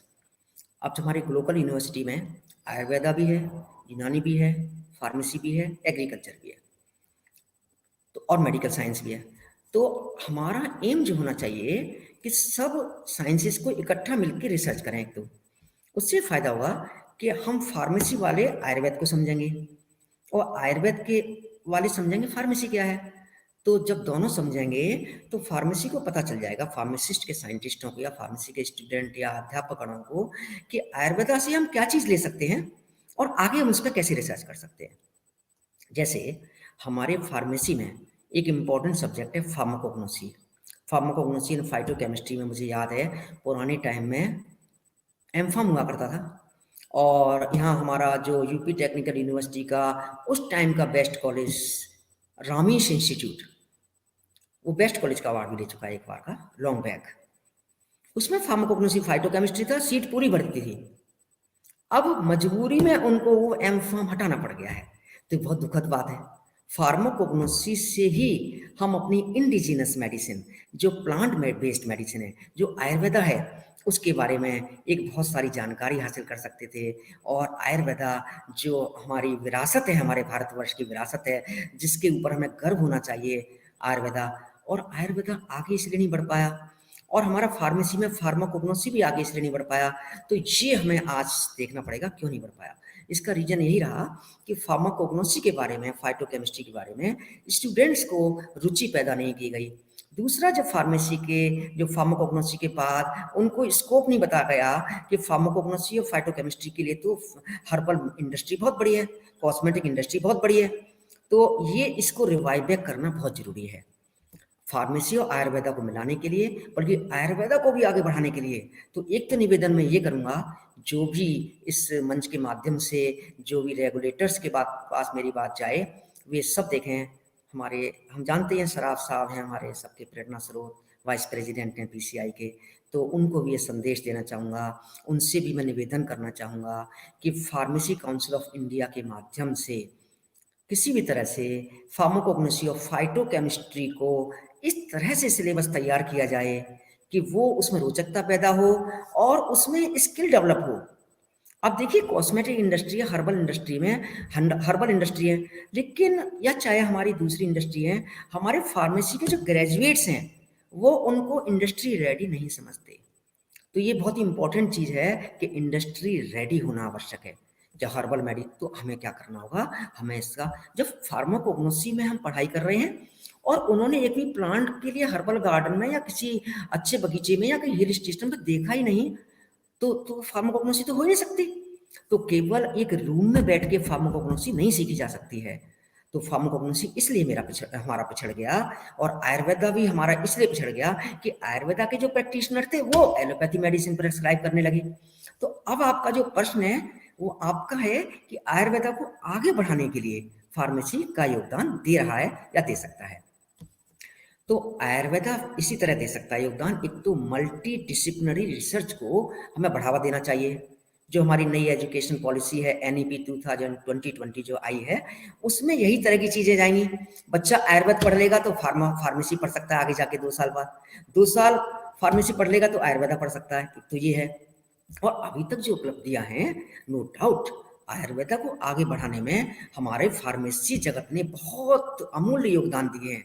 क्योंकि पहले जो है, चाहे सुश्रुता संहिता हो, चरक संहिता हो, उन सब में सारा कुछ हमारे ऋषियों ने अपने अनुभव के आधार पर जो रिसर्च की थी, जो हमारे आयुर्वेदाचार्यों ने, ऋषियों ने, जो सुश्रुत ऋषि थे, उन सब ने अनुभव के आधार पर रिसर्च तो लिख दी थी। अब उसकी मान्यता हमारा मॉडर्न वर्ल्ड नहीं करेगा, क्योंकि मेडिकल साइंस बेस्ड है किस चीज पर, साइंटिफिक बेसिस पर। लेकिन हमारे आयुर्वेदा को साइंटिफिक बेसिस, साइंटिफिक जो वैलिडिटी है, जो साइंटिफिक ऑथेंटिसिटी है, तो वो चीज प्राप्त नहीं थी। तो यहाँ जो फार्मेसी जगत जो कार्य कर रहा है हर्बल मेडिसिन पे, पहले एक्सट्रैक्शन, फिर आइसोलेशन, करेक्टराइजेशन, और उसके बाद जो एक्टिव इंग्रेडिएंट्स हैं उनसे टैबलेट बनाना, तो एक बहुत ही ज़्यादा अद्भुत और अमेजिंग कार्य कर रहा है हमारा फार्मेसी जगत, हमारे फार्मेसी के साइंटिस्ट, प्रोफेशनल, टीचर्स, आचार्य, प्राचार्य। तो ये चीज़ है। और जब मल्टी डिसिप्लिनरी रिसर्च चल जाएगी तो फिर और ज़्यादा अच्छा काम हो जाएगा, क्योंकि फार्मेसी वालों को भी पता चल जाएगा आयुर्वेदा वाले रियल में करते क्या हैं। क्योंकि वो सब कुछ बनाते हैं, भस्म बनाते हैं, एक्सट्रैक्ट बनाते हैं, बहुत सारी चीज़ें बनाते हैं। तो ये सारी चीज़ें बनाते हैं तो किस तरह बनाते हैं, ये टेक्निक हमारे फार्मेसी भाइयों को समझ में आ जाएगी, आयुर्वेदा भाइयों को समझ में आ जाएगा कि फार्मेसी में रिसर्च रियल में कैसे की जाती है, आयुर्वेद की रिसर्च कैसे होती है, वो फार्मेसी भाई उनको सिखाएंगे। तो इस तरह से फार्मेसी और आयुर्वेदा मल्टी डिसिप्लिनरी रिसर्च करेंगे तो बहुत अच्छा काम होगा। कल्टीवेशन है, कलेक्शन है। मुझे बड़ा दुख लगता है, मैं यहाँ शेयर करना चाहूँगा, जब हमारे फार्माकोग्नोसी के टीचर्स को मैं हर्बल गार्डन में ले जाता हूँ, तो वही मैंने पहले जो कहा था, फार्मेसी इंस्पेक्टर के सामने वो आगे नहीं जाते हैं, मुझे आगे चलना पड़ता है और मुझे हर्बल मेडिसिन का बताना पड़ता है, जबकि ये विषय तो फार्माकोग्नोसी के टीचर्स का है। जब मैं कहता हूँ कि यहाँ पर नई जड़ी बूटी उद्यान बनाओ तो भी पीछे हट जाते हैं, हर्बल गार्डन का इंचार्ज बनने से भी पीछे हट जाते हैं। तो ये हमें आगे करना पड़ेगा। हर्बल गार्डन रियल में एक गार्डन दिखना चाहिए और उस हर्बल गार्डन का एक यूज होना चाहिए। मैंने सैकड़ों इंस्पेक्शन किए हैं फार्मेसी कॉलेज के, तो मैंने इंस्पेक्शन में देखा कि हर्बल गार्डन केवल नाम मात्र के लिए होता है, केवल नाम मात्र के लिए होता है। और जब पूछे उनसे कि हर्बल गार्डन में कब कब आए, कैसे कैसे आए, कुछ नहीं बता पाते, वो आते ही नहीं है, वो तो नाम मात्र के लिए। तो हमें अपनी आयुर्वेद को आगे बढ़ाने के लिए, अपनी प्लांट बेस्ड मेडिसिन जो हमारी ऋषियों की देन है, जिसके आधार पर ही आप देखिए हमारे लक्ष्मण जी जीवित हो गए थे, संजीवनी बूटी के आधार पर, एलोवेरा को हम जानते हैं, तो इनके ऊपर इतनी सारी रिसर्च हो सकती है। तो इनको रिसर्च करने के लिए फार्माकोग्नोसी ऑफ फाइटोकेमिस्ट्री सब्जेक्ट है, फार्माकोग्नोसी ऑफ फाइटोकेमिस्ट्री सब्जेक्ट को दोबारा से जीवंत बनाना पड़ेगा। पुनर्जीवित करने की आवश्यकता है अमित जी। तो ये मैं निवेदन कर रहा हूँ अपने रेगुलेटर से। तो यही मैं निवेदन करना चाह रहा था आपसे। बहुत बहुत धन्यवाद सर। बहुत ही अच्छे तरीके से आपने फार्माकोग्नोसी फील्ड का पूरा समझाया कि किस प्रकार से वो आयुर्वेद के उत्थान में अपनी महत्वपूर्ण भूमिका निभा रही है और किस प्रकार से अब आवश्यकता है कि फार्माकोग्नोसी फील्ड को या थोड़ा अलग से और नया बनाया जाए, मॉडर्निटी के हिसाब से उसको इंटरेस्टिंग बनाया जाए। तो ये निश्चित रूप से सर अपेक्षा है हम सभी को कि इस पे आगे और अधिक कार्य अवश्य होगा। सर मैं अब प्रश्नों की इस कड़ी में अब रुख करना चाहूँगा अपने अंतिम प्रश्न की ओर। यह प्रश्न जुड़ा हुआ है सर हमारे इस नए दौर में जो हमारे युवा pharmacist, teachers, researchers, industry marketing और अन्य क्षेत्र में जो कार्य कर रहे हैं, उनके लिए फाइनली आप अपने स्तर पर क्या संदेश देना चाहेंगे जिससे वो और मोटिवेट हो सके और अच्छा कर सके?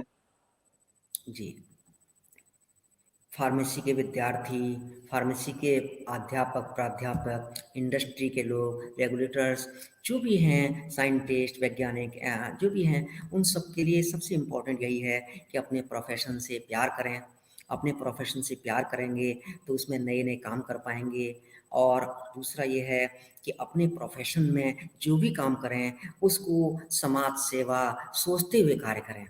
मतलब हम चाहे विद्यार्थी हैं, जो भी हम रिसर्च करें या अध्ययन करें, हम अध्यापक प्राध्यापक हैं, यदि हम रिसर्च करें, कुछ भी करें, चाहे स्टूडेंट्स के माध्यम से हम डायरेक्टली करें, तो वो सोसाइटी ड्रिवन होनी चाहिए।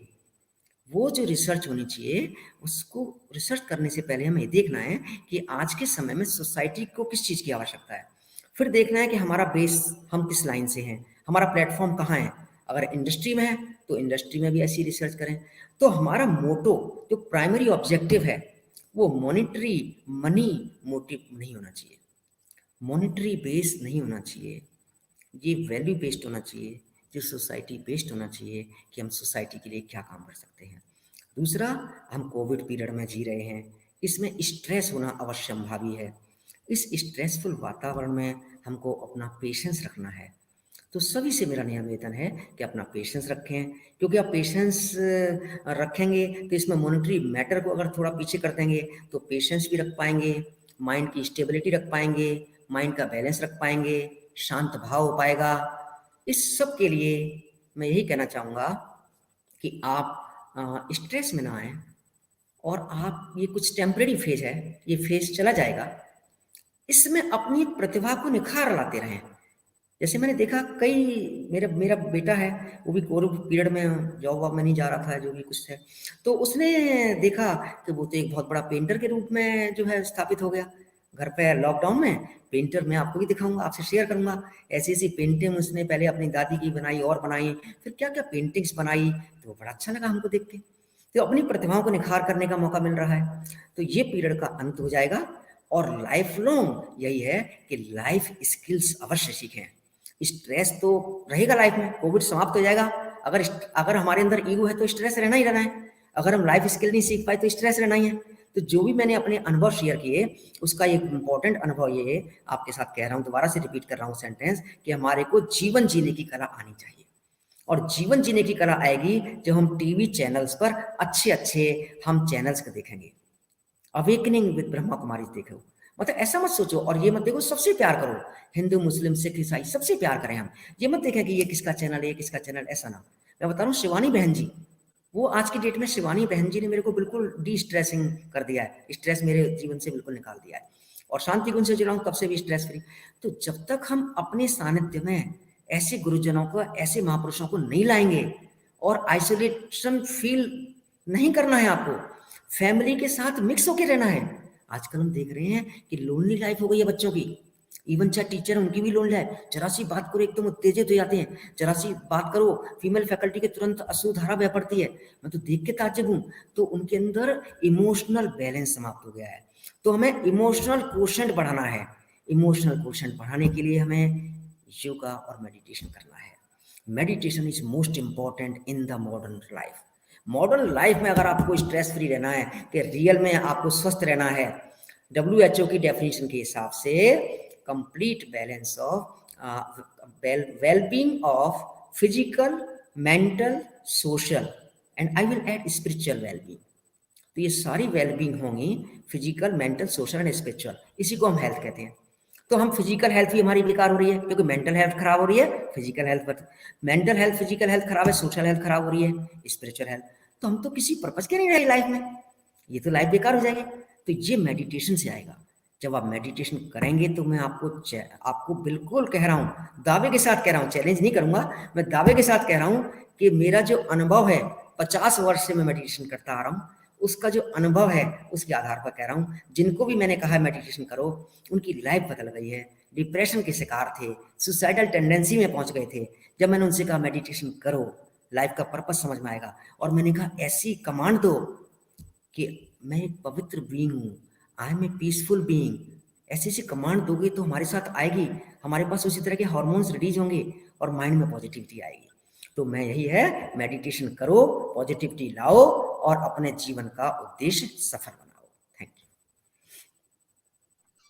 जी, निश्चित रूप से सर, बहुत ही बेहतरीन आपने एक संदेश दिया है युवा वर्ग को, हमारे टीचर्स को, हमारे प्रोफेशनल्स को, कि किस प्रकार से वो प्रोफेशन को भी बेहतर योगदान दें और साथ में खुद को भी मेंटेन रखें, एक ऐसे स्तर पर जहाँ पर अपने शारीरिक, मानसिक स्तर से लेकर के शिक्षा के स्तर तक कैसे बैलेंस रखना है, इन सारी चीज़ों को आपने बहुत ही आसानी से और बहुत ही आध्यात्मिक तरीके से आपने सर समझाया। और मैं आशा करूँगा कि यह फार्मालोग का मंच और यह इंटरव्यू निश्चित रूप से लोगों को बहुत सारी प्रेरणाएँ आज देगा। हमारे आदरणीय गुरु प्रोफ़ेसर सतीश शर्मा सर के शब्दों और उनके अनुभवों के आधार पर। तो इसी क्रम में सर, मैं अब आपका भी बहुत-बहुत धन्यवाद करता हूँ सर, कि आपने अपना बहुत ही कीमती और बहुमूल्य समय हमें दिया, और इस समय से इस कीमती अनुभवों से आपने जो आज लोगों को प्रेरित करने का एक महान कार्य किया है इस मंच के माध्यम से, इसके लिए हम सदैव आपके आभारी रहेंगे। और मैं आशा भी करूँगा सर कि विगत समय की भांति आने वाले समय में भी जब भी फार्मालोग के इस मंच को आपके आशीर्वाद की आवश्यकता होगी, तो आपका आशीर्वाद और स्नेह पूर्वक हमें मिलता रहेगा। इस तरह से सर, समस्त फार्मालोग की टीम आपका बहुत-बहुत धन्यवाद और आभार व्यक्त करती है सर। आपको भी अमित जी और आपकी पूरी फार्मा लोग की टीम को भी मेरी तरफ से बहुत बहुत धन्यवाद, आपको बहुत बहुत आशीर्वाद, आपको बहुत बहुत बधाई, तो और आपको बहुत बहुत ग्रीटिंग्स और आपके प्रति अपनी साधुवाद, और निरंतर ऐसे ही आप फार्मेसी जगत के लिए, पूरे समाज के लिए कार्य करते रहें। बहुत बहुत शुभकामनाएं। धन्यवाद। सादर प्रणाम सर, सादर प्रणाम आपको। प्रणाम सर।